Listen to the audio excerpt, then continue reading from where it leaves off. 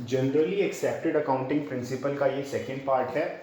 First part में हमने starting के 9 प्रिंसिपल्स को डिस्कस करा था और इस पार्ट में हम बचे हुए 8 प्रिंसिपल्स को डिस्कस करेंगे।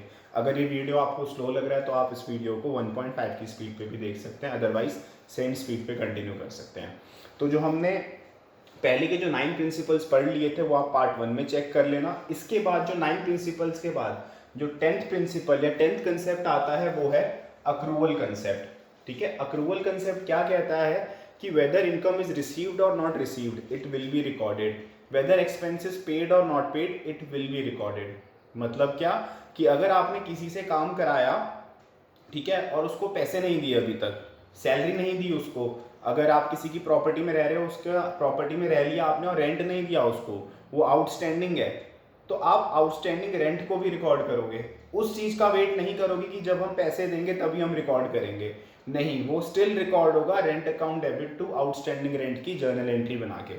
ठीक है, अगर हमने रेंट पे कर दिया तो rent account debit to cash account, अगर हमने अभी पे नहीं किया तब भी वो रिकॉर्ड होगा rent account debit to outstanding rent. ये हमको अक्रूवल कंसेप्ट कहता है। सिमिलरली अगर हमने कोई इनकम अर्न करी है, सपोज करो हमने किसी के लिए कोई काम किया और उसने हमको कमीशन प्रॉमिस करी थी देनी, अभी तक दी नहीं है, अगर वो कमीशन दे दे तो एंट्री बन गई कैश टू कमीशन, और अगर वो एंट्री अगर कमीशन दे दे तो एंट्री बन गई कैश टू कमीशन, और अगर वो बोले कि मैं कुछ दिनों बाद कमीशन दूंगा आपको तो उसकी एंट्री बन जाएगी accrued commission account debit to commission.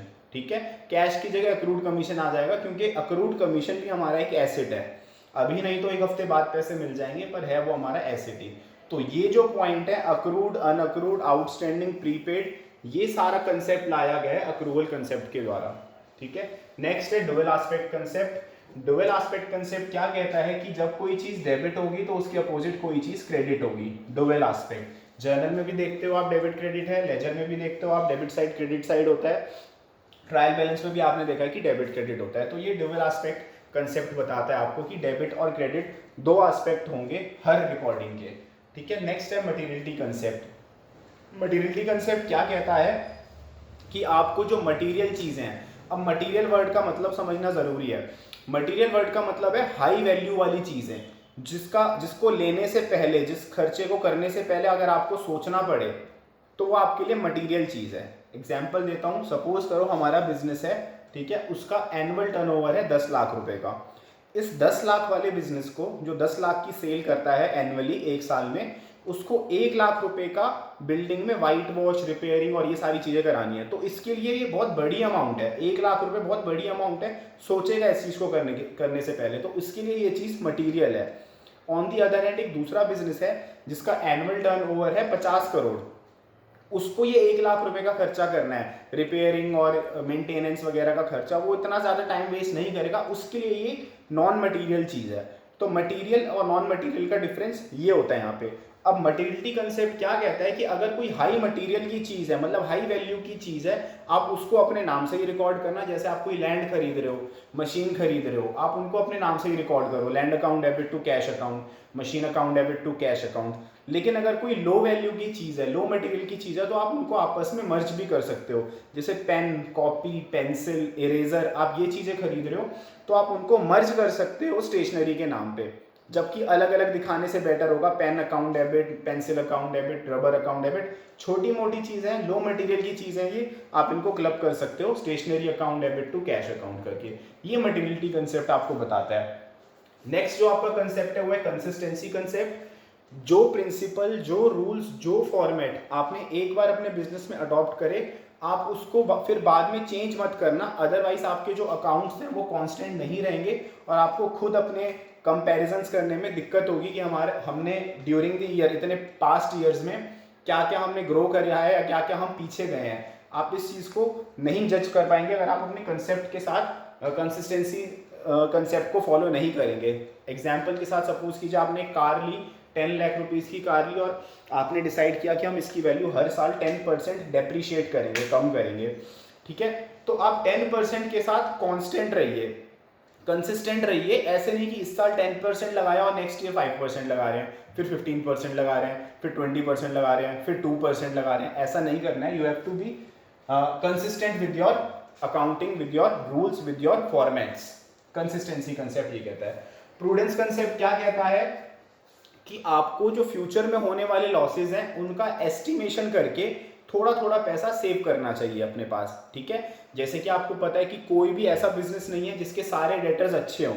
Her business में थोड़े डेटर्स ऐसे होते हैं जो भाग जाते हैं, पैसा लेके पैसे नहीं दे पाते, इंसॉल्वेंट हो जाते हैं। ऐसे डेटर्स का हमको पता है कि हमारा पैसा डूब सकता है, ठीक है। कितनी अमाउंट में डूबेगा we can't predict that, but डूब सकता है। हमको पता है ये फ्यूचर में होने वाला लॉस है, तो हम अभी से ही इसके लिए थोड़े पैसे सेव कर सकते हैं। और इस सेव करे हुए पैसे को, इस सेव करे हुए प्रॉफिट को बोलते हैं प्रोविजन फॉर डाउटफुल डेट। या अगर आपको लगता है कि कोई ऐसा एक्सपेंस है जो फ्यूचर में हो सकता है आपका, आप उसके लिए प्रॉफिट का थोड़ा पार्ट रिजर्व कर सकते हो अपने पास। तो जो रिजर्व्स एंड प्रोविजन का कंसेप्ट लाया गया है वो प्रूडेंस कंसेप्ट के द्वारा लाया गया है कि आप सेफर रहिए, आप अपने लॉसेस को प्रिडिक्ट करके उसके लिए अभी से ही रेडी रहिए। ऑन दी अदर हैंड, अगर आप प्रिडिक्ट कर रहे हो कि हमको फ्यूचर में कोई प्रॉफिट होने वाला है, आप उस चीज को कंसीडर मत करो। जब प्रॉफिट होगा तभी रिकॉर्ड करेंगे, अदरवाइज हम प्रॉब्लम में आ सकते हैं। सपोज करो आप एक्सपेक्ट कर रहे हो कि आपकी 10 लाख रुपए की एक लॉटरी निकलने वाली है और आप 12 लाख की कार लेके आ गए एक, और पता बड़ा लॉटरी निकली ही नहीं, तो अब क्या करेंगे? जो गाड़ी लेके आए क्या वापस कर देंगे? वो हम तो फंस गए ना। तो इसलिए जो प्रॉफिट होगा वो तो जब होगा तब देखेंगे, पर लॉस के लिए अगर हम प्रिपेयर्ड है तो हम बहुत स्ट्रॉन्ग बिजनेस कहलाते हैं, अगर हम लॉसेस के लिए प्रिपेयर्ड है। क्योंकि अगर लॉस हुआ तो अच्छी बात है, हम रेडी हैं उसके लिए, हम पैसे दे देंगे जो हमने सेव करे थे। और लॉस नहीं हुआ तो हमारा रिजर्व किया हुआ पैसा तो हमारे पास ही है ना। तो बोथ हैंड हमारी जीत ही जीत है। लॉस होता है हम उसके लिए भी प्रिपेयर्ड है, लॉस नहीं होता है तो हमारा प्रॉफिट अपने पास ही तो है। ये है प्रूडेंस कंसेप्ट, ठीक है। नेक्स्ट है टाइमलीनेस कंसेप्ट। टाइमलीनेस कंसेप्ट क्या कहता है कि आपको अपनी अकाउंटिंग इन्फॉर्मेशन, अकाउंटिंग डेटा आपको टाइमली प्रिपेयर करना चाहिए। अगर आप लेट कर दोगे तो अकाउंटिंग इन्फॉर्मेशन किसी काम की ही नहीं रहती है। जैसे कि हमको हर ईयर के एंड में अपना प्रॉफिट निकालना चाहिए। आप सबको पता है हमारा ईयर एंड होता है 31 मार्च को, राइट। तो 31 मार्च के विद इन 1 वीक 15 डेज हमको अपना प्रॉफिट निकाल देना चाहिए कि हमको प्रीवियस ईयर में कितना प्रॉफिट हुआ, जिससे हम क्या कर सकते हैं, बेटर प्लानिंग कर सकते हैं कि इस साल हमको क्या क्या स्टेप्स लेने हैं उस प्रॉफिट को बढ़ाने के लिए, राइट। पर अगर आप यहाँ पे आलस करो और ये प्रॉफिट आप अपना 31 मार्च के 5 महीने बाद निकालो, 5 मंथ्स के बाद, तो ये इन्फॉर्मेशन किसी काम की नहीं हुई ना। न्यू ईयर के भी 5 महीने निकल गए हैं, अब आप क्या चेंजेस करोगे? सो टाइमली कैलकुलेशन होनी चाहिए आपको हमेशा। ये कहता है आपको timeliness concept. Second last concept है इसमें industry practice. Industry practice concept का क्या मतलब है कि आप जिस बिजनेस में हो उस इंडस्ट्री में जो पहले से ही अकाउंटिंग के फॉर्मेट्स चल रहे हैं, आप भी उन्हीं फॉर्मेट्स में अपनी अकाउंटिंग को करना है ना। ऐसा होता है ना, हर बिजनेस की एक इंडस्ट्री होती है, ठीक है। फार्मास्यूटिकल इंडस्ट्री है, ये जो मेडिकल वाले होते हैं, एग्रीकल्चर इंडस्ट्री है, ठीक है, ऑटो इंडस्ट्री है, जो ये कार मोटर वाले होते हैं, ये सारे लोग होते हैं, इलेक्ट्रॉनिक इंडस्ट्रीज हैं। तो सपोज करो हमारी एक इलेक्ट्रॉनिक की शॉप है, राइट, ठीक है, हमारे इलेक्ट्रॉनिक की एक शॉप है जिसमें हम एसी, फ्रिज और ये सारी चीजें बेचते हैं, है ना।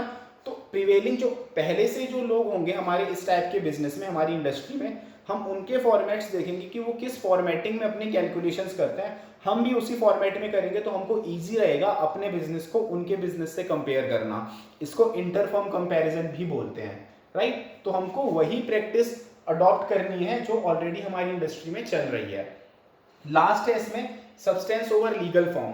सब्सटेंस ओवर लीगल फॉर्म का मतलब क्या है कि कई बार हमारी कोई ट्रांजैक्शंस रुक जाते हैं लीगल फॉर्मेलिटीज के कारण। जैसे कि आपने एक लैंड खरीदी, ठीक है, आपने लैंड खरीदी, आपने जिससे लैंड खरीदी थी उसको तो आपने पैसे दे दिए, 50 लाख की एक हमने लैंड खरीदी, उसको दे दिया हमने 50 लाख रुपए, और उस पर्सन ने हमको उस लैंड के पूरे पेपर्स भी दे दिए कि ये लैंड आपकी, अब ये मेरी नहीं है, ठीक है। तो हमारे पास लैंड आ गई, पर आपको पता है कि लैंड को ट्रांसफर कराना पड़ता है अपने नाम पे।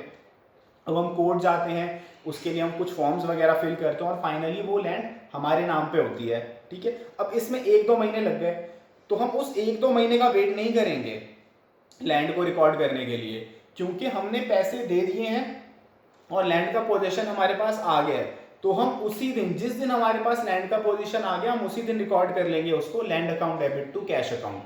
2-3 महीने बाद जो हमारे नाम पे ट्रांसफर होगा वो तो मेरे एक फॉर्मेलिटी है। तो लैंड हमारा एसेट है, हम उसको अपनी बैलेंस शीट में दिखाएंगे एज एन एसेट, और कैश हमारे पास से जा चुका है, हम उसको दिखाएंगे कि कैश हमारे पास से जा चुका है उसी दिन जिस दिन हमने पैसे दे दिए और हमारे पास लैंड के पेपर्स आ गए। ट्रांसफर होता रहेगा, लीगल फॉर्मेलिटी जो है ये होती रहेगी। तो ये है सब्सटेंस ओवर लीगल फॉर्मेलिटी वाला कंसेप्ट। ये कुल मिला के आपके 17 प्रिंसिपल हो गए। पार्ट 1 में थे टोटल 9 प्रिंसिपल और पार्ट 2 में है बचे हुए 8 प्रिंसिपल। ये करके आपका ये टॉपिक कंप्लीट हो गया।